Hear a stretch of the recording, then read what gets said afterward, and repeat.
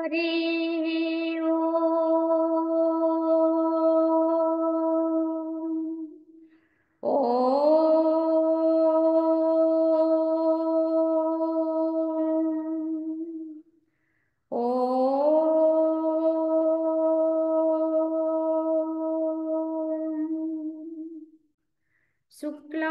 शुक्लांबरधरं विष्णुं शशिवर्णं चतुर्भुजं प्रसन्नवदनं ध्यायेत् सर्वविघ्नोपशान्तये अखण्डमण्डलाकारं व्याप्तं येन चराचरं तत्पदं दर्शितं येन तस्मै श्रीगुरवे नमः।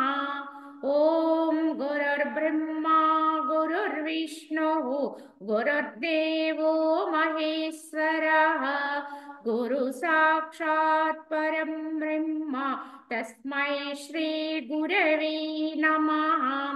वंदे परब्रह्म चिदात्मकं सद्वंदे गुरुं शान्तमुमेशमीशं वंदे शिवानंद गुरुप्रवीरं वंदे सदाज्ञानपि वन्दनीयान् अनंत सुखदातारमखण्डानन्द विग्रहं दयालुमति सन्तुष्टं वन्देऽहं मम सद्गुरुं रागादिरोगान् सततानुषक्ता न शेषकाय प्रवृतान् शेषान् औत्सुक्यमोहारतिदान् जघाना यः पूर्ववैद्याय नमोऽस्तु तस्मै यः पूर्ववैद्याय नमोऽस्तु तस्मै। ओम శ్రీరామచంద్ర పరబ్రహ్మణే నమః। శ్రీ వశిష్ఠ గీత స్థితి ప్రకరణము ఇందు దాసూరాపాఖ్యానం అనేది మనం చెప్పుకుంటున్నాం। ఈ దాసూర సుతానుబోధనము అనే దాన్ని మనం ఇప్పుడు తెలుసుకోబోతున్నాం। దాసూరుడు తన కుమార్తెతో చెప్తూ జగత్తు యొక్క స్థితికి కారణభూతములు తమస్సత్వ రజములనేటువంటి పేర్లు కలవయు క్రమముగా అధమ ఉత్తమ మధ్యమములైనటువంటి మూడు శరీరములు ఆ మనస్సునకు కలవు అన్నారు। కావున ఈ మనస్సు అనేది ఎటువంటిదో దాంట్లో ఎటువంటి గుణాలు ఉంటాయో తెలియచేస్తూ ఇక్కడ జగత్తు యొక్క స్థితికి ఇవే ఈ మనస్సే కారణం। కానీ ఆ మనస్సు ఎలా ఉందంటే తమో గుణము రజోగుణము సత్వగుణము అనేటువంటి మూడు గుణాల మయంగా ఉంది। కావున క్రమంగా అది తమో గుణము అధమత్వము, అలాగే రజోగుణం అనేది మధ్యమము, సత్వగుణం అనేది ఉత్తమము అయినటువంటి మూడు రకాలైనటువంటి తత్వాలు కలిగి ఉంటుంది। ఈ మనస్సే మూడు గుణాల మయంగా ఉంది, మూడు భావాలతో ఉంటుంది। ఏ గుణములో ఉంటే ఆ స్థితిలో ఉంటుంది। కావున నీచ కార్యములచే సంకల్పము సదా తమో రూపమై ఒప్పుతుంది। కావున ఏదైనా ఒక నీచ కార్యాన్ని ఆచరిస్తున్నాడు అంటే వారి యొక్క సంకల్పము తమస్సులో ఉంచొచ్చింది అని గుర్తించాలి। అట్టి తమోరూప సంకల్పం వలన జీవుడు మహానీచత్వమును పొంది క్రిమికీట స్థావరాది యోనుల యందు జన్మకెళ్ళిపోతాడు। ఏ యొక్క నీచ కార్యాలనేవి అనుష్ఠానంలో ఉంటాయి। ఇప్పుడు ఎవరైతే నీచ కార్య తత్పరులై ఉంటారో వారు తమస్సులో ఉన్నారని గుర్తించాలి। ఆ తమస్సులో ఉండేటువంటి మనస్సు ఆ తమో గుణము చేతొచ్చే సంకల్పాల వల్ల ఈ విధంగా జగత్తులో వారు నీచమైనటువంటి మోసపూరితమైనటువంటి క్రియాకలాపాల్లో మునిగి ఉంటారు। అయితే దాని ప్రభావం జీవుడికి ఎంత అధమత్వాన్ని కలిగిస్తుంది అంటే ఈ తమోరూప సంకల్పం వల్ల జీవుడు మహానిత్యత్వాన్ని పొందుతాడు। నికృష్టమైనటువంటి క్రియలు చేస్తూ ఉంటాడు, ఇతరులకు హాని చేస్తూ ఉంటాడు, దోషపూరితమైన క్రియలు చేస్తూ ఉంటాడు। కావున భూతదయ లేకుండా ఉంటాడు, ఇతర ప్రాణులకి హాని చేస్తూ ఉంటాడు। ఇవన్నీ ఇప్పుడు చేస్తూ వాడికి అర్థం కాదు। క్రమంగా వాడు అధమయోనుల యందు పడేటువంటి అగత్యం ఏర్పడుతుంది। ఇప్పుడు చేసేటువంటి నికృష్ట క్రియలు ఎవరిని వదిలిపెట్టవండి। కావున ఈ యొక్క క్రిమి కీటకాది జన్మలకు పడిపోయే అవకాశం ఉంది.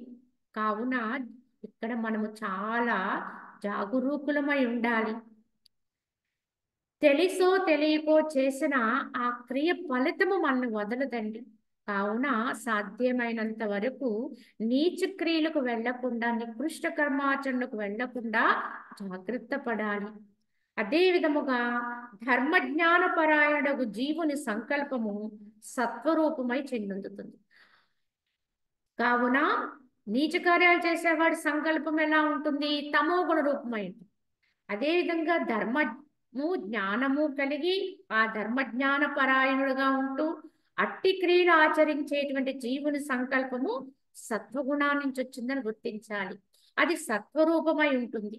అట్టి సత్వ సంకల్పయుతుడు చతుర్ముఖ బ్రహ్మాది దేవతా పదమును కూడా పొందగలుగుతాడు. ఆ ధర్మానుష్ఠాన ప్రభావం వాణ్ణి ఆ చతుర్ముఖ బ్రహ్మగా కూడా మారగలిగే అవకాశం ఉంటుంది. అంటే అంత గొప్ప స్థితిని అందుకుంటాడు. చివరికి మోక్షం కూడా అతనికి సమీపములోనే ఉంటుంది.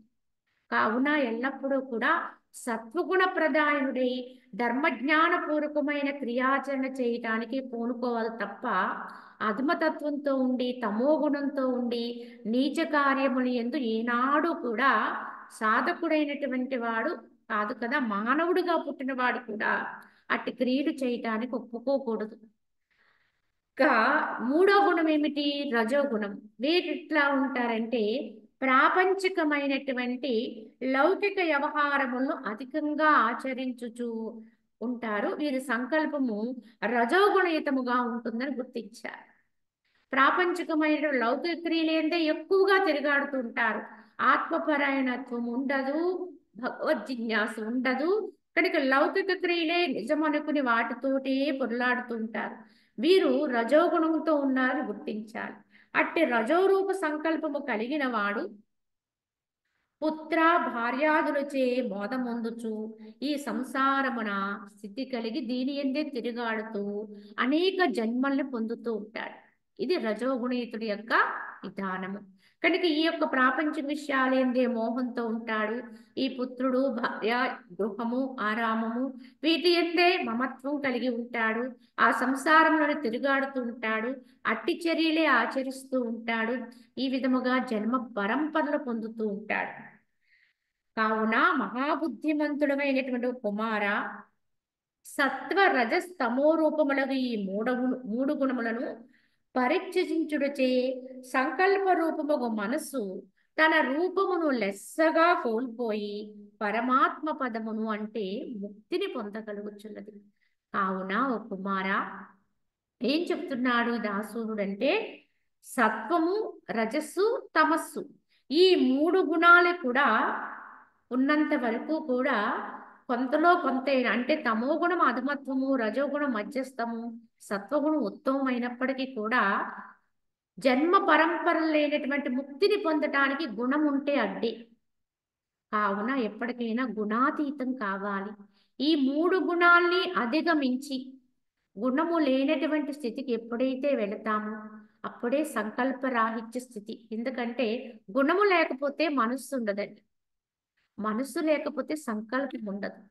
కావున ఈ మనోరాహిత్యం ఎప్పుడైతే ఏర్పడుతుందో అదే పరమాత్మ యొక్క పదప్రాప్తికి మనకి దారి చూపిస్తుంది, భగవంతుని యొక్క అనుభవానికి చేరుస్తుంది. కావున ఎప్పటికైనా ఈ మూడు గుణాలకి అతీతంగా కావాలి. ఒక గుణాన్ని నుంచి ఒక గుణం మార్చుకుంటూ తమస్సులో ఉంటే రజస్సులోకి రావాలి, రజస్సులో ఉంటే సత్వగుణంతో కొంతవరకు క్రియాకలాపాలు ఆచరించినప్పటికీ క్రమేపీ సత్వగుణాన్ని కూడా అధిగమించి గుణాతీతమైతేనే ముక్తికి మార్గము అని చెప్పారు. ఈ సమస్త దృశ్య దృష్టులు పరిత్యజించి మనస్సును మనస్సు చేయి నిగ్రహించి బాహ్య అభ్యంతర పదార్థములు గూర్చిన సంకల్పమును నశింపచేయము. కావున దాసునుడు చెప్తున్నాడు తన కుమారుడితోటి ఏమని అంటే సమస్త దృశ్య దృష్టిని కూడా విడిచిపెట్టి అన్నిటినీ కూడా పరిత్యజించి మనస్సుని మనస్సు చేత నిగ్రహించి. ఎందుకంటే మనస్సుని జయించాలి అంటే ఇంకా దేని వల్ల కాదు, మళ్ళీ మనసు చేతే జయించాలి. నా మనస్సుని ఈ విధంగా నేను అదుపు చేసుకోవాలి, నిగ్రహించుకోవాలి. దీన్ని ఈ విధంగా పరమాత్మ యందు నిలపాలి అని నిశ్చయించుకోవాల్సింది ఎవరు? మరలా మనస్సే. కావున ఎవ్వరు చెప్పినా ఎవ్వరూ మారరండి. ఎలా మారుతారు? వారి మనసు అంగీకరించాలి. కావున ఇవన్నీ కొంతవరకు మనకి తోడ్పాటు చేస్తాయి, కానీ యథార్థంగా పరమాత్మ పదప్రాప్తిలో మనకి పూర్తి సహకారి ఎవరు అంటే మన మనస్సే. వివేకయుక్తమైన మనస్సు. అదే అజ్ఞానయుక్తంగా ఉంటే మనసు శత్రువుపగది ఉంటుంది, అంటే మనల్ని అధమగతి పట్టిస్తుంది. అదే వివేకయుక్తమైన మనస్సు ఉంటే అది మనల్ని ఉన్నతానికి చేరుస్తుంది, పరమాత్మ యొక్క దరికి చేరుస్తుంది. కనుక ఈ బాహ్య అభ్యంతర పదార్థం కూర్చున్న సంకల్పాన్ని విడిచిపెట్టి భగవంతుని యొక్క పదప్రాప్తిని అందుకోవాలని చెబుతూ, పుత్రక, అనేక వేల సంవత్సరములు నీవు ఘోర తపస్సు సల్పినను లేక ఈ నశ్వర దేహమును శిలపై బాగుగా చూర్ణమనర్చినను లేక నీవు అగ్నియందు కాని బడబాగ్నియందు కాని ప్రవేశించినను లోతైన గోతియందు ఖడ్గధారపై పడినను లేక బ్రహ్మ విష్ణు మహేశ్వర్లే వచ్చి నీకు ఉపదేశము చేసినను దత్తాత్రేయుడు, దూర్వాసుడు, బుద్ధదేవుడు మహాకరుణతో కూడిన వారే నీ యొక్క ఉపదేశలై పరిగినను లేక పాతాళమునందు కాని భూలోకమునందు కాని స్వర్గమునందు కాని నీవు వసించినను ఎన్ని ఉన్నా ఎప్పటి వరకు మోక్షం కలగదో చెప్తున్నారు. ఎలా అంటే వసించినను సంకల్ప క్షయము తప్ప మోక్షమునకు వేరొక ఉపాయమెద్దియును నీకు లేదు అని గ్రహించుము అని ఇక్కడ దాసూరోపాఖ్యానాన్ని మనకి వర్ణన చేస్తూ వశిష్ఠుల వారు హెచ్చరిస్తున్నారు. ఎందుకంటే ఎన్ని చేసినా అసలుది పట్టుకోవాలి. ఇంతకీ నువ్వు అనేక వేల సంవత్సరాల ఘోర తపస్సే చెయ్యి, లేదా ఈ యొక్క దేహాన్ని అనే బాగుగా చూడమనొచ్చి దీన్ని లేకుండా చేసి, లేదా అగ్నియందు పడై బడబాగ్నియందు ప్రవేశింపు, లేదా లోతైన ఒక గొయ్యి తీసి దాని యందు దీన్ని పడై, లేక బ్రహ్మ విష్ణు మహేశ్వర్లే వచ్చి స్వయంగా నీకు ఉపదేశం చేసిన, లేదా దత్తాత్రేయుడు, బుద్ధదేవుడు ఇత్యాది వారందరూ కూడా మహాకరుణతో కూడిన వారిని అనుగ్రహించినప్పటికీ కూడా, ఉపదేశులై పలికినప్పటికీ కూడా నియంతుడ నీవు నీ మనసుతో నువ్వు నిశ్చయించుకుని సంకల్పరాహిత్యాన్ని పొందనంత వరకు కూడా మోక్షానికి మార్గము లేదన్నారు. ఇవన్నీ ఉన్నా ఎవరంతట వాళ్ళు సంకల్పాలు లేని స్థితిలోకి వెళ్ళాలి అనే ప్రయత్నము చెయ్యకపోతే, మనసుతో నిగ్రహించుకోకపోతే, ఏ సంకల్పము లేనటువంటి నిస్సంకల్ప స్థితిలోకి వెళ్ళకపోతే మోక్షానికి మార్గము లేదన్నారు. ఎన్ని ప్రయత్నాలు చేసినా వెనక నుంచి మనకి ఎంత తోడ్పాటు ఉన్నప్పటికీ కూడా ఇక్కడ ఎవరి మనసుతో వాళ్ళే నిశ్చయించుకోవాలి. ఈ యొక్క అమనస్క స్థితిలోకి వెళ్ళాలి. అప్పుడే ఈ దృశ్య జగత్తు యావత్తు లేనిదట్లుగా మనకి అనుభూతి, అంటే లేనట్లుగా తెలుస్తుంది. ఉన్న ఏకైకమైనటువంటి ఆత్మతత్వమైన భగవతత్వాన్ని అనుభవించగలిగే స్థితి ఏర్పడుతుంది. కావున మోక్షానికి ఏకైక ఉపాయము ఈ మనోనిగ్రహము. మనస్సు అంటే ఏంటి? ఈ యొక్క సంకల్పం అనేది లేని స్థాయిలోకి వెళ్ళడం. మనం చేసే అన్ని సాధనలో కూడా ఇది ఇముడ్చుకుని ఉండాలి. ఎవరెవరు ఏ మార్గంలో ఉన్నా, ఏ సాధనా పరులై ఉన్నప్పటికీ కూడా, భక్తి యోగములో ఉన్న, ధ్యాన యోగములో ఉన్న, యోగ మార్గములో ఉన్న, లేదా ఇత్యాది కర్మయోగములో ఉన్న, ఎలా ఉన్నప్పటికీ కూడా అన్నింటి యొక్క సాకారంతో ఈ మనోనిగ్రహ స్థితిలోకి వెళ్ళాలి. అంటే నిస్సంకల్ప స్థితి, మనస్సు లేని స్థాయిలోకి వెళితేనే భగవంతుని యొక్క అనుభూతి. అది ఉన్నంత వరకు పరమాత్మను మనం వేరుగానే చూస్తాం తప్ప నన్ను నేనుగా తెలుసుకోలేం. అదే ఇక్కడ వశిష్ఠ భగవాన్ చెబుతూ, కావున బాధారహితమును నిర్వికారమును సుఖరూపమును పరమ పవిత్రము అయిన సంకల్ప క్షయము కొరకే ఈ సాధన చతుష్టయ సంపత్తి అంటే శ్రవణ మనన నిధిధ్యాసములమైనటువంటి గొప్ప పురుష ప్రయత్నమును ఆచరింపము. సంకల్ప క్షయ స్థితియే కేవల బ్రహ్మస్వరూపం అని సూచితము అన్నారు ఇక్కడ. అంటే ఇది ఎటువంటిది? సంకల్పాలు లేకుండా, అంటే మనస్సే పని చేయని, మనసు నిలిచిపోయిన స్థితి. ఇది ఎలా ఉంటుందంటే అది ఏ దుఃఖము లేని స్థితి, బాధారహితము, నిర్వికారము, ఏ వికారాలు లేవు. అది సుఖము. అంటే అది బయట విషయాల వల్ల వచ్చే సుఖము లాంటిది కాదు. గాఢమైనటువంటి ఆనందాన్ని కలిగించేది. పరమ పవిత్రమైన ఈ యొక్క సంకల్ప క్షయము కొరకరకై ఏం చేయాలి?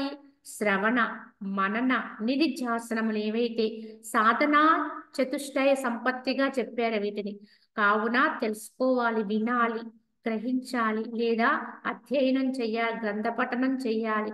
ఇవన్నీ చేసి మననం చేసుకోవాలి. వాటిని తిరిగి తిరిగి స్ఫురణలోకి తెచ్చుకోవాలి.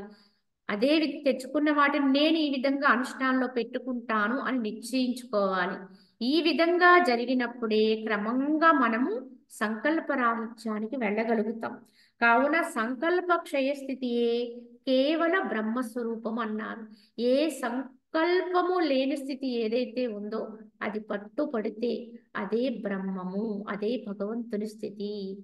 ఇది ఎవరికి వాళ్ళమే అనుభవంతో మనస్సుని జయించి సంకల్పాలు లేకుండా, ఏ సంకల్పాల్ని పొందకుండా నిర్వికారంగా నిలపగలిగితే అర్థమయ్యేటువంటి అనుభూతి.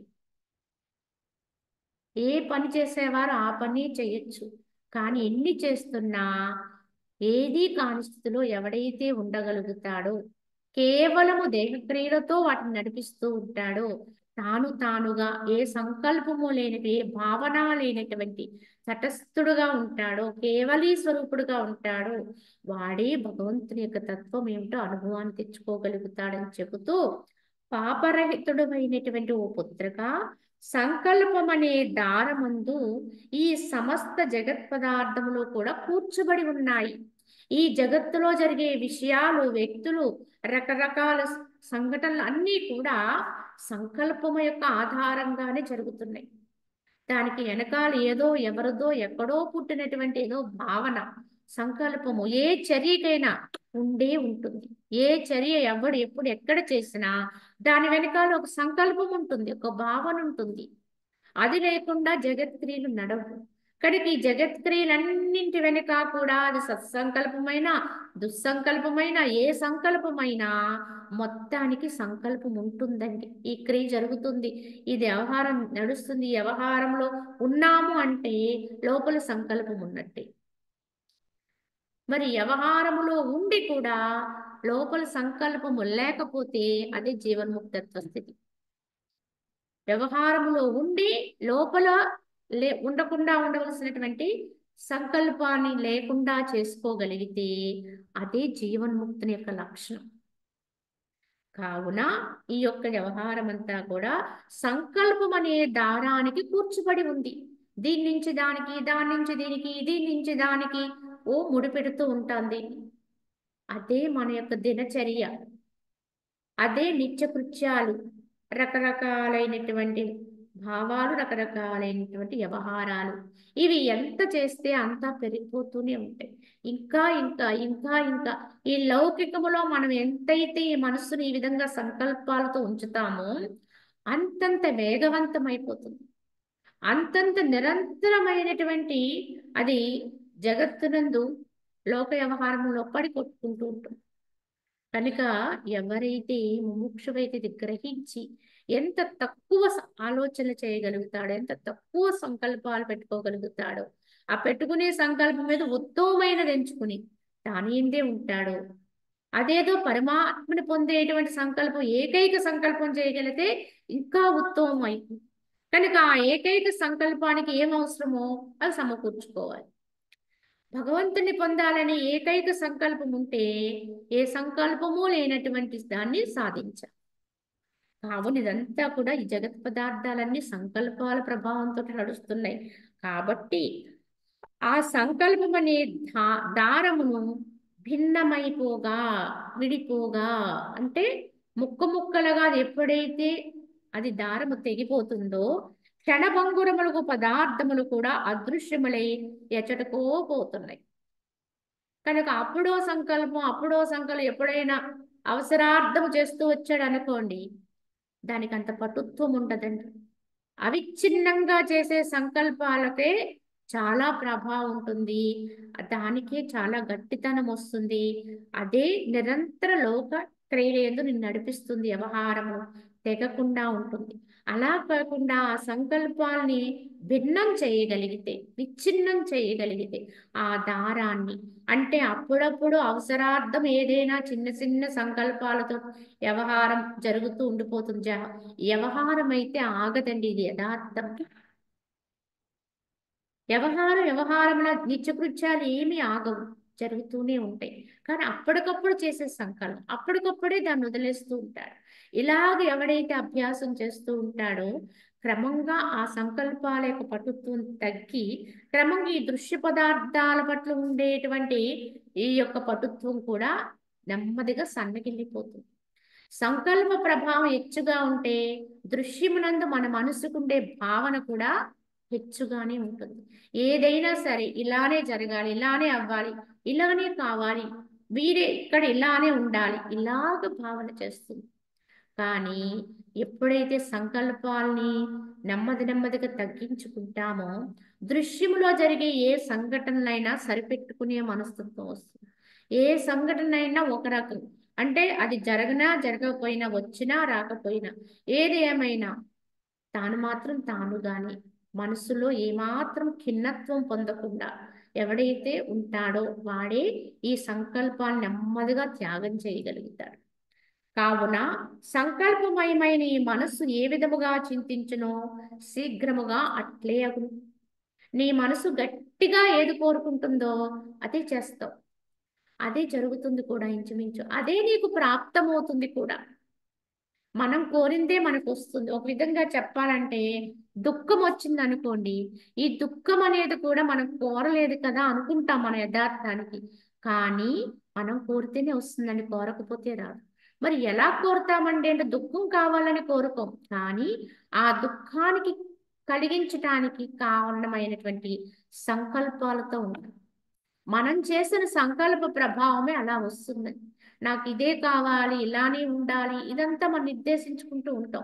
దాని ప్రభావంగానే మనకు ఒక్కొక్కసారి అది ఎదురు తిరిగి అదే మనకు దుఃఖదాయకం అయిపోతూ ఉంటుంది. కనుక ఏది కోరకుండా అయితే మాత్రం రాదండి. కావున ఈ మనసు దేన్నైతే చింతిస్తుందో దాన్నే పొందుతుంది. కావున తత్వజ్ఞుడమైన ఓ కుమార, నీవెప్పుడునూ లేసమైనను సంకల్పం వనర్చకుండా ఉండే ప్రయత్నం చెయ్యి. ఏ సంకల్పము చేయొద్దు, అలా ఉండు. ఎప్పటికి ఏది జరగాలో అది జరుగుతూ ఉంటుంది.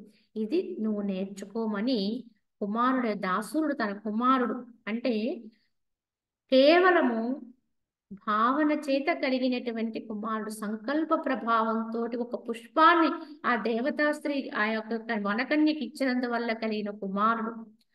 కానీ అతనికి తత్వజ్ఞానం చెప్పమని వస్తే ఈ విధంగా చెప్తున్నాడు. ఆ శిఖరాగ్రం, ఆ యొక్క చెట్టు యొక్క అగ్రభాగాన కూర్చుని కుమారుడికి జ్ఞానోపదేశం చేస్తూ ఉంటే ఆ దారిని వెళుతూ ఉన్నటువంటి వశిష్ఠుల వారు ఇదంతా విని మళ్ళీ శ్రీరాముడితో చెప్తున్నారు.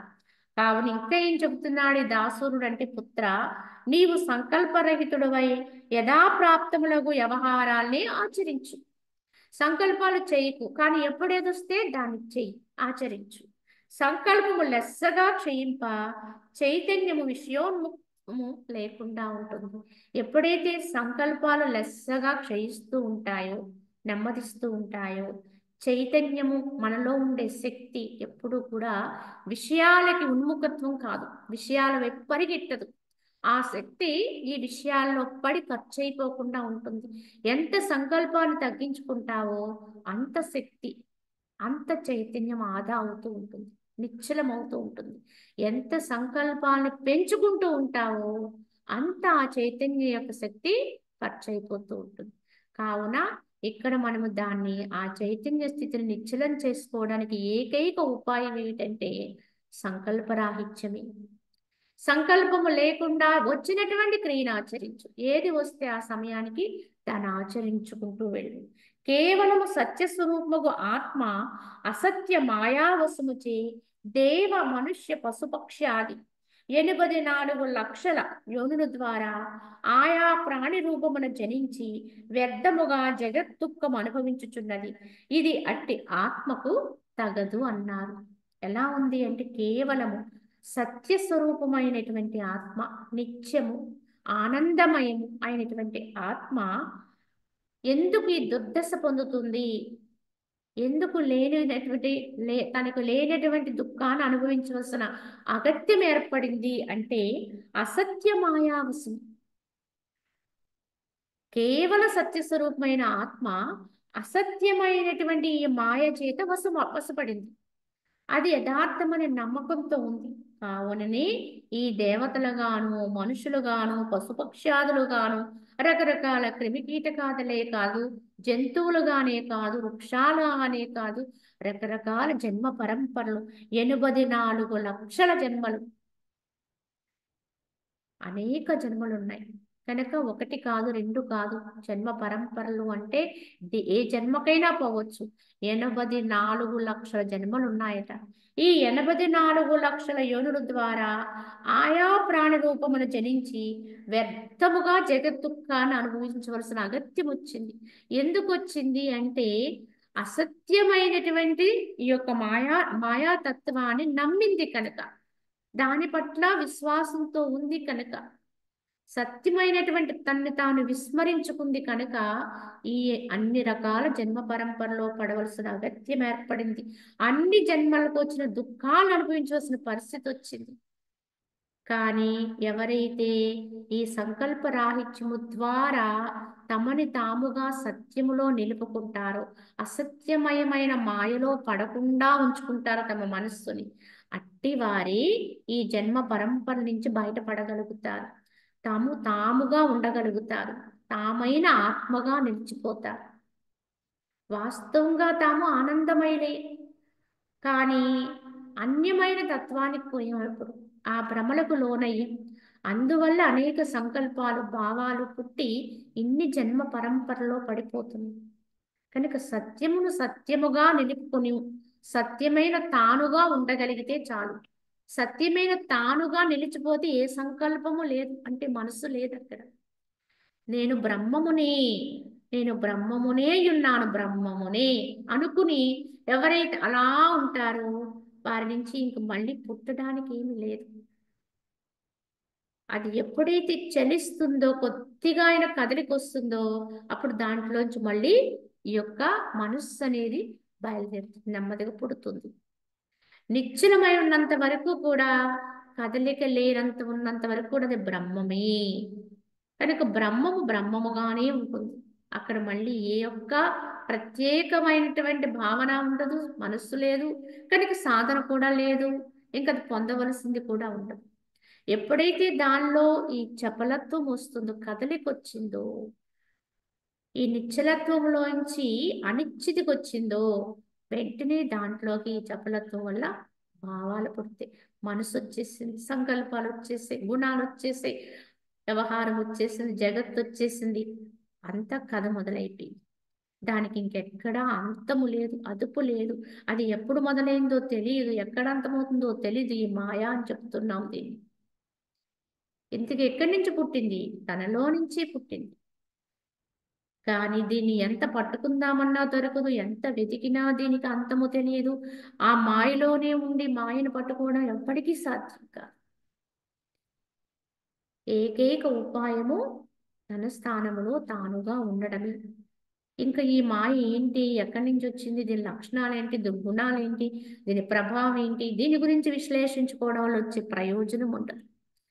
ఇదంతా మనం దాని నుంచి విడిపడడానికి మహనీయులు చెప్పిన భాషే తప్ప, వాస్తవానికి మళ్ళీ తిరిగి తమ చోట్లోకి తాము వచ్చి నిలబడగలిగితే, తాము ఏదైతే ఉన్నామో అదిగా ఉండగలిగితే ఈ కథలన్నీ వద్దు, ఈ చరిత్ర అంతా లేదు.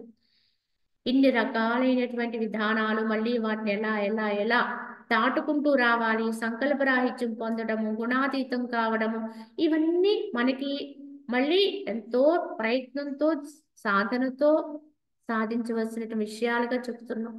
కానీ స్వస్థానంలో ఉండగలిగితే ఇదేమీ లేదు. మరి స్వస్థానంలో ఉండడం అంటే ఏమిటి? ఏ సంకల్పము పుట్టకపోతే వాడు స్వస్థానంలో ఉన్నట్టే. ఏ భావన పుట్టలేదంటే అక్కడి నుంచి మనసు పుట్టలేదని.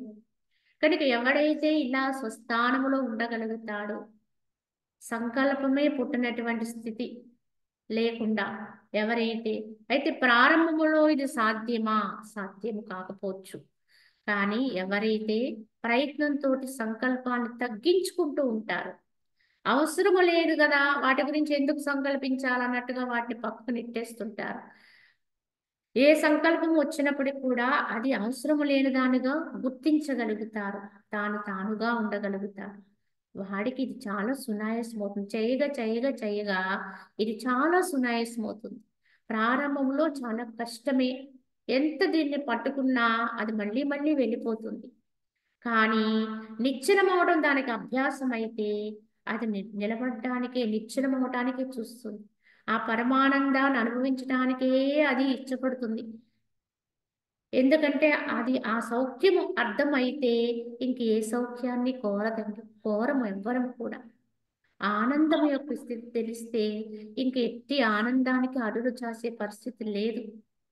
కనుక వేరు ఆనందాల వైపు మనసు పోతుంది అంటే దానికి ఉన్న చోట ఉన్నట్టుగా ఉన్నటువంటి ఆనందాన్ని పొందేటువంటి విధానం తెలియట్లేదు, గ్రహించుకోవడం లేదు.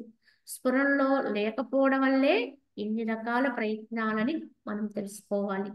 కావున కేవలము సత్యస్వరూపమైన ఆత్మ ఈ మాయావశము చేతి ఇవన్నీ జరుగుతున్నాయి. కావున ఇది ఆత్మకు తగదు అన్నారు. వాస్తవానికి ఆత్మే, ఇవన్నీ అవసరం లేదు.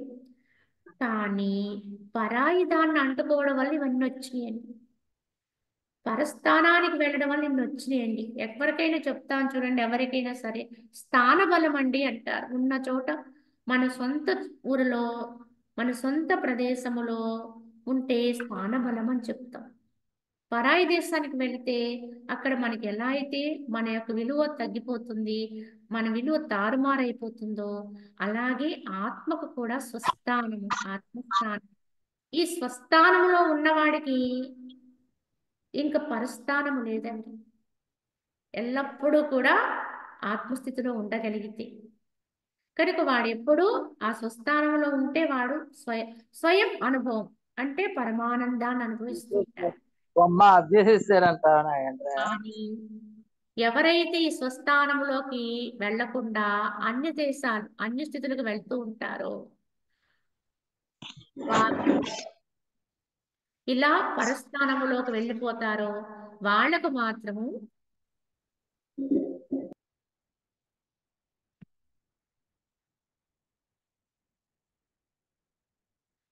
ఇది మనకి చాలా అనర్థాన్ని తెస్తుంది. కనుక ఎవరమైనప్పటికీ కూడా మన స్వస్థానంలో మనం ఉండే ప్రయత్నమే చెయ్యాలి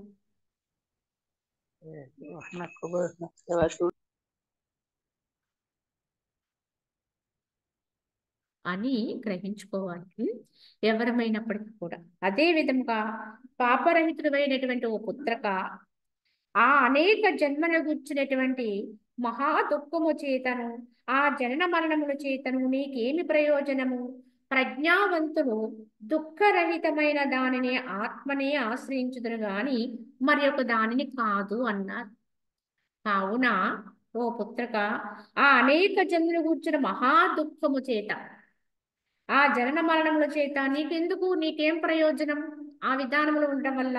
కావున ప్రజ్ఞావంతులు ఎప్పుడూ కూడా దుఃఖరహితమైనటువంటి దానిని ఆత్మనే ఆశ్రయిస్తారే కానీ అన్యమును కాదు అని తన పుత్రుడికి చెబుతూ, పుత్ర, నీవు తత్వజ్ఞానమును పొంది వికల్ప సమూహమును బలాత్కారముగా సంపూర్ణముగా సమూలముగా తొలగించి వేచి సుషుప్తి ఎందువలే ప్రశాంత చిత్తవృత్తి కలిగిన వాడివై నిరతిశయ సుఖము కొరకై అద్వితీయముగా ఆత్మ పదమును స్వప్రయత్నము చేత సాధించుము. కావున తన కుమారుడు చెప్తూ, పుత్ర, కావున నీవు తత్వజ్ఞానాన్ని పొందు. ఈ స్థితి నీకు అర్థం కాని తత్వజ్ఞానమే ఉండాలి. కావున తత్వజ్ఞానమును పొంది వికల్ప సమూహమును బలాత్కారముగా సంపూర్ణముగా తొలగించి వేసే ఇతరత్ర సంకల్పాలు అవసరము లేవు కనుక వాటి నుంచి బయటపడు. సుషుప్తి ఎందువలే ప్రశాంత చిత్తవృత్తి కలిగిన వాడివై ఎప్పుడైతే సంకల్పాలు లేని స్థితి కలుగుతుందో ఆ ఆత్మ అంటే ఆ మనసుకు వచ్చేటువంటి శాంతి సుషుప్తి ఎందువలే గాఢమైన శాంతి. ఇందు మళ్ళీ సందేహమే లేదు. అది ఎవరికి వాళ్ళము అనుభవించి చూడాలి. సంకల్పము లేకుండా ఉండగలిగితే వచ్చేటువంటి అద్భుతమైనటువంటి శక్తి కానీ శాంతి కానీ అనుభవిస్తే తెలుస్తుంది. అటువంటి శాంతి ఎప్పుడైతే పొందుతాడో ఇంక ఏ శాంతిని కోరడు. లోతైన గాఢమైన శాంతి. కావున అటువంటి చిత్తవృత్తి కలిగిన వాడే నిర్తిశయ సుఖము కొరకై అద్వితీయముగా ఆత్మపదమును స్వప్రయత్నము చేత.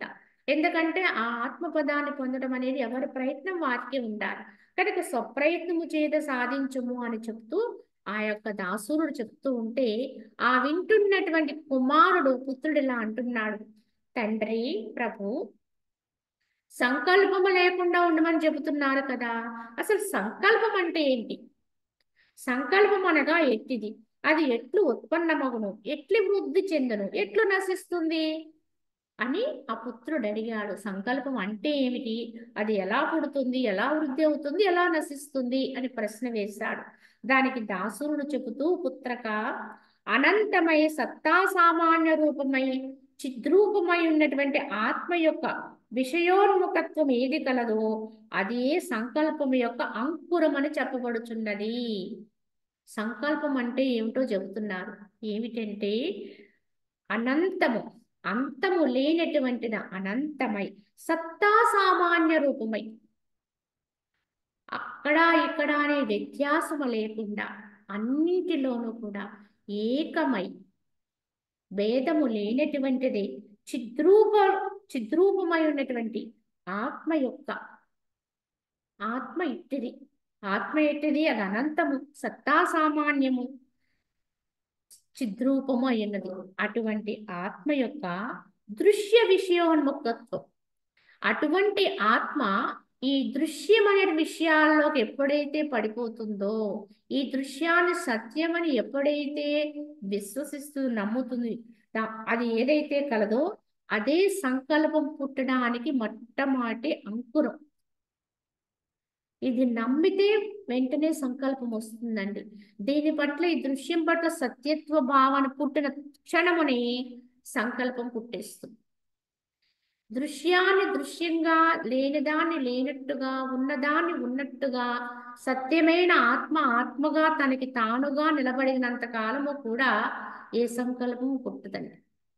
కానీ తాను తానుగా ఉండవలసినటువంటి ఆత్మ ఈ దృశ్యాన్ని చూసి దాని పట్ల ఉన్ముఖత్వం వచ్చిందో, అంటే అది సత్యం అనే నమ్మకం వచ్చిందో, దాని పట్ల విశ్వాసం, ఓహో ఇది ఉంది అని ఒక అది ఎప్పుడైతే అనుకుందో వెంటనే సంకల్పం వచ్చేస్తుంది. అది ఫలానా, అది కనుక ఇది మనం పొందాలి, ఇది కావాలి, ఇక్కడికి వెళ్ళాలి, రావాలి, అన్ని సంకల్పాలు వచ్చేస్తాయి వెంటనే. అసలు అదే లేదనుకోండి, దాని గురించిన భావనే లేదు. కనుక అది ఉంది అని భావన ఎప్పుడైతే వచ్చిందో సంకల్పాలు తప్పకుండా. ఆత్మకు ఎప్పుడైతే తన స్వస్థానం, తాను ఉండవలసిన స్థితి, అనంతమైనటువంటి స్థితి, ఆ చిద్రూపాత్మగా ఉండవలసిన స్థితి ఒక్కసారి బయటకు ఉన్ముఖత్వం అయిందో, దాని దృష్టి బయటకు పడిందో, చూసేది ఏదైతే ఉందో ఆ దృశ్యాన్ని తాను సత్యం అనేటువంటి నమ్మకము దాంట్లోకి వచ్చిందో అన్నట్టు వెంటనే సంకల్పాల ప్రభావం మొదలైపోతుంది. పుత్ర, సముద్రము జలమాత్రమే అయి ఉన్నట్లు ఈ జగత్తంతా కూడా సంకల్పం మాత్రమే. సముద్రము అనేకంగా ఉంటుంది, సముద్రము అలలుగా ఉంటుంది. అలాగే కొంత దూరం వెళ్ళేటప్పటికీ అది ప్రశాంతంగా ఉండొచ్చు, కదులుతున్నట్టుగా ఉంటుంది, కదలనట్టుగా ఉండేది, అంత సముద్రమే.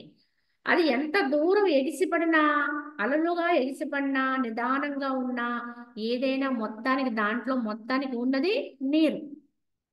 ఎలా అయితే సముద్రము జలమాత్రం అయ్యిందో ఈ జగత్తు కూడా సంకల్ప మాత్రమే. సముద్రం మొత్తం మీద ఏముందండి అంటే నీరేముందని చెప్తాం. అలాగే జగత్తు మొత్తం మీద ఏముందండి అంటే సంకల్పమే ఉంది. అది ఎవరిదైనా ఎక్కడి నుంచి పుట్టినా కనుక సంకల్పం మాత్రమే ఉన్నది. నీ యొక్క సంకల్పము కంటే వేరుగా ఈ సంసారం అనే దుఃఖం అనేది వేరుగా లేదు అసలు. సంకల్పములోంచే ఈ సంసారం వచ్చింది. సంసారములోంచి అనేక దుఃఖాలు ఇక్కట్లు ఈ పరిస్థితులు ఏర్పడ్డాయి. కనుక ఏ సంకల్పము లేని స్థాయిలోకైనా నిలబడి చూడగలిగితే అసలు సంసారమే లేదు. ఎప్పుడైతే సంసారం అనేది మాయ లేదో దుఃఖము లేదు. దానిని నమ్మి ఉండటమే, ఈ జగత్తుని నమ్మకంతో చూడడమే సంసారం అండి. దాని పట్ల భావన కలిగి ఉండడమే మాయ, అంతకంటే ఏమీ లేదు. కావున మాదీ ఫలమును భక్షించిన వారికి తెలుపు వస్తువులు బంగారు వర్ణముగా గోచరించినట్లు హృదయమందు కూడా అసత్య రూపముకు సంకల్పము స్వయముగా వృద్ధి నుండి సత్యముగా భాషిస్తూ ఉంటుంది. ఆ పండును తిన్నవాడికి, ఆ మాదీ ఫలము ఏదైతే దాన్ని భక్షించిన వారికి తెలుపు వర్ణంతో ఉన్నవి కూడా బంగారు వర్ణంలో కనిపిస్తాయట. అదే విధముగా ఈ జగత్తు పట్ల విశ్వాసముతో హృదయమునందు అసత్య భావనతో అసత్య రూపము సంకల్పము స్వయముగా వృద్ధి పొంది సత్యముగా భాషిస్తూ ఉంటుంది. ఎందుకంటే ఆ అసత్య రూపమైనటువంటి సంకల్పము లోపల పుట్టిందనుకోని ఇది నిజము, వెంటనే మనకు అనిపిస్తుంది ఈ జగత్తు పట్ల అనేక రకాల భావాలు వస్తాయి, గుణాలు వస్తాయి. ఇవంతా యథార్థము సత్యం అన్నట్టు దాంట్లో పడి కొట్టుకుంటూ ఉంటాం. అది అసత్యము లేనిది అయినా సరే ఇందులో ఉంటున్నాను, కేవలం ఉంటున్నాను అనేటువంటి ఆ జిజ్ఞాస పుట్టదండి. ఇంకా నిరంతరము దాంట్లో మునుగుతాం, తేలుతాం, ఇదే చేస్తూ ఉంటాం. ఆ లోపల ఉండేటువంటి సంకల్ప ప్రభావం అది. నీవు అసత్యముగానే జన్మించితివి, అసత్యముగానే స్థితి కలిగి ఉన్నావు. ఈ నా బోధను తెలుసుకున్నచో ఆ అసత్యము నీకు లెస్సగా విలీనమైపోతుంది. వాస్తవానికి నువ్వు పుట్టలేదు, సంకల్ప ప్రభావం చేత పుట్టావు. సంకల్పమే లేకపోతే జననమే లేదు. కావున వాస్తవానికి నీవు అసత్యముగానే జన్మించితివి. ఇప్పుడు ఉన్నది కనుక సంకల్ప ప్రభావం చేత వచ్చావు, కానీ నిజానికి లేవు. కనుక ఇప్పుడు స్థితి కలిగి ఉన్నాను, జీవించి ఉన్నాను, ఈ క్రియ నడుస్తుంది, ఈ జీవితం నడుస్తుంది అనుకుంటాను చూడండి, అది కూడా అసత్యమే. పుట్టేననుకోవడం ఒక సత్యము, జీవించి ఉన్నాను, జీవిస్తున్నాను, వీటన్నిటి అందుపడి ఉంటున్నాను, ఇది నిజం అనుకుంటాం అనేది ఒక సత్యము. కానీ ఎప్పుడైతే ఈ నా బోధను తెలుసుకుంటావో ఆ అసత్యము నీకు లెస్సగా విలీనమైపోతుంది. కావున ఈ విధమైన బోధ ఎవరైతే గ్రహిస్తారో, ఎవరైతే గ్రహించి లోపలికి తీసుకుని ఈ అసత్యాన్ని అసత్యంగా దూరీకరించి సత్యమైన తాముగా నిలుస్తారో, అంటే సంకల్పము లేని స్థాయిలో నిశ్చల పడుతూ ఉంటారో, వారికి ఈ అసత్యం అనేది తొలగిపోతుంది. ఎప్పుడైతే తను తాను తెలుసుకుంటాడో ఇదంతా సంకల్పమయమే అనే భావన కలిగి ఎవడైతే తన స్వస్థానంలో తమ మనసు నిలిపే ప్రయత్నం చేస్తూ ఉంటాడు, క్రమంగా అసత్యము నుంచి వాడు వైదొలుగుతూ ఉంటాడు, క్రమంగా లోపలికి పెడుతూ ఉంటాడు. అందుకే ధ్యానాభ్యాసం ఇత్యాది చేయమనడానికి కారణం, ఎందుకు నీకు అన్నీ తెలుసు కదా, మళ్ళీ ఎందుకు చేయాలండి, ధ్యానం చేస్తే ఏంటి, చేయకపోతే ఏమిటి ఇత్యాదిగా మనం అనుకుంటూ ఉంటాం. ఇలా చేస్తే ఇలా అవుతుందని తెలుసు, కానీ ఏది చేయలేదండి. కేవలం ఇలా చేస్తే ఇలా అవుతుందని తెలియడం వల్ల ప్రయోజనం ఏముంది? ఇలా వెళితే పలానా చోటుకి వెళ్ళగలము అని ఒక విషయం మనం గ్రహించుకున్నాం, ఎవరో చెబితే విన్నాం, రూట్ తెలిసింది, కానీ మనం వెళ్ళలేదండి. మరి ఎప్పటికీ మనం ఆ చోటుకి వెళ్ళగలుగుతాం? తెలిసింది అనుకుంటున్నాం అంతే, ఎప్పటికీ అక్కడికి వెళ్ళలేం. కానీ వెళ్ళాలంటే తెలిసినటువంటి రూట్ మనం గ్రహించుకున్నారు, ఆ దారిలో మనం ప్రయాణించాలి. అప్పుడు అర్థమవుతుందండి దాంట్లో ఉండే సాధక బాధకాలు చెప్పినంత తేలిక కాదు అని. ప్రయాణం చేస్తూ ఉంటే అప్పుడు అర్థమవుతుంది. ఎంత చెప్పినా ఈ మార్గాల్లోకి వెళ్ళినప్పుడే మనకి నిజానిజాలు అర్థమవుతాయి. అదేవిధంగా ఆధ్యాత్మిక మార్గం కూడా, ఆత్మస్థితి కూడా. కావున ఏదీ చేయకుండా ఆత్మస్థితి అనుభవానికి రావడం అనేది సాధ్యం కాదు. అంటించుకుని ఉన్నాం కనుక తప్పకుండా వదలగొట్టుకోవాలి.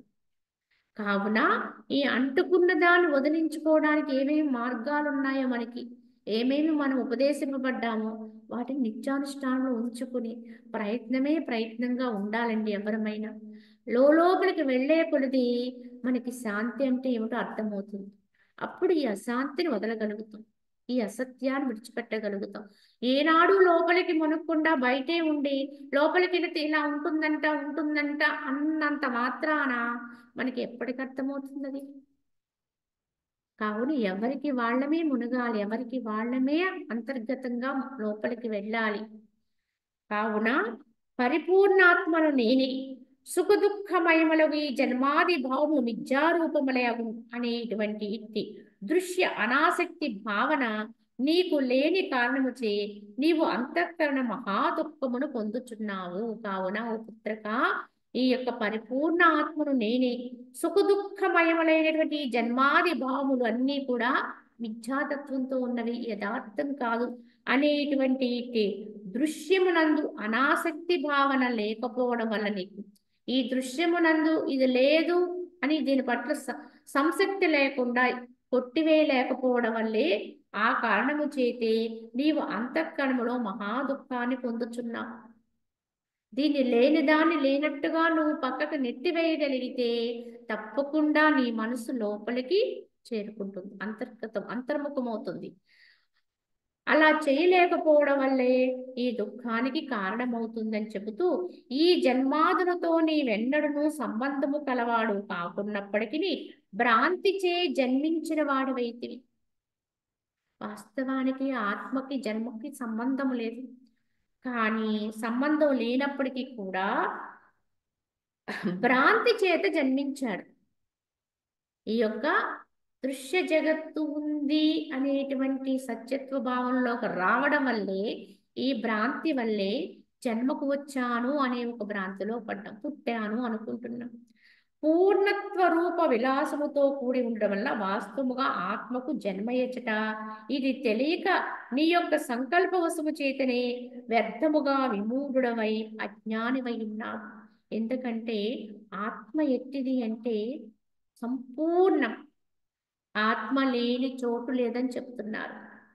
అది అనంతం, అంతటా నిండిపోయి ఉంటుంది, ఎక్కడ సందు లేకుండా, సూది మోపా సందు లేక అంతటా నిండి ఉన్న బ్రహ్మమే. మరి అంతటా నిండి ఉన్న బ్రహ్మము మళ్ళీ ఒక చోట వదలటం ఏంటి, ఇంకో చోటకి పోవటం ఏమిటి, ఇంకో చోట ఇంకో జన్మ తీసుకోవడం ఏంటి, ఎక్కడి నుంచి ఎక్కడికి పోతుంది? ఒక దేహాన్ని విడిచిపెడితే ఆత్మ మరొక చోటికి పోవడం అనేది ఎలా సాధ్యం? అంతటా ఏకమై ఉన్నది కదా, కదలడానికి కూడా ఎక్కడ సందు లేదు కదా. ఇలా మనం యోచిస్తే అసలు ఈ ఆత్మలో ఏమీ లేవు, జన్మము లేదు, మరణము లేదు. కావున పుట్టాను అనుకోవడం ఒక భ్రాంతి, పోయాను అనుకోవడం కూడా ఒక భ్రాంతే తప్ప ఆత్మ వచ్చింది లేదు, పోయింది లేదు. జన్మకొస్తే ఒక దేహంలోకి వచ్చాననుకోవడం అనేది ఒక భ్రాంతి. జన్మకు అలాగే దేహాన్ని విడిచి ఇంకో దేహంలోకి వెళ్ళినప్పుడు మళ్ళీ జన్మకు వెళ్ళాననుకోవడం ఇంకో భ్రాంతి. ఈ దేహాన్ని వదిలినప్పుడు చనిపోయాననుకోవడం ఒక భ్రాంతి. ఇదంతా భ్రాంతిలోనే జరుగుతుంది తప్ప వాస్తవంలో కాదు. వాస్తవంగా తానైన ఆత్మగా తాను నిలుపుదల చేసుకున్న వాడికి, భ్రాంతి తొలగిన వాడికి జన్మ మరణాలే లేవు. జనన మరణాలు లేని వాడికి ఏ సాధన లేదు. ఉన్నవాడు ఉన్నట్టుగా ఎక్కడుండాలో అక్కడే ఉన్నాడు, ఇంక మళ్ళీ అన్యంగా లేడు. కనుక అజ్ఞానివై ఉన్నావు. పుత్రక, నీవు సంకల్పమును సంకల్పింపకము. పూర్వానుభూత భావికాలకు సుఖదుఖాది భావములను వర్తమాన స్థితి ఎందు స్మరించవద్దు. ఇంత మాత్రపు యత్నము చే జీవుడు ఆత్మసిద్ధి రూపముగా ఐశ్వర్యమును పొంది భవ్యుడు కాగలుగుతాడు అని చెప్పారు.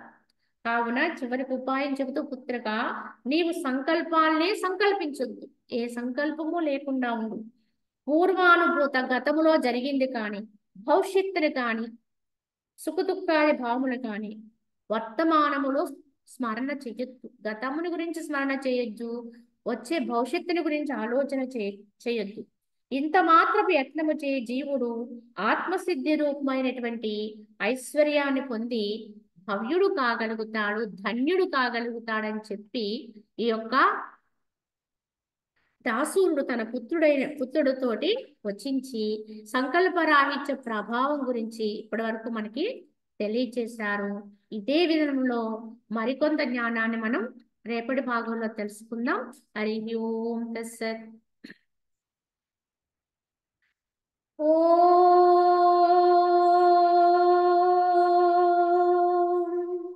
असतो मा सद्गमय तमसो मा ज्योतिर्गमय मृत्योर्मा अमृतंगमय। ओम शांति। శాంతి శాంతి శాంతి.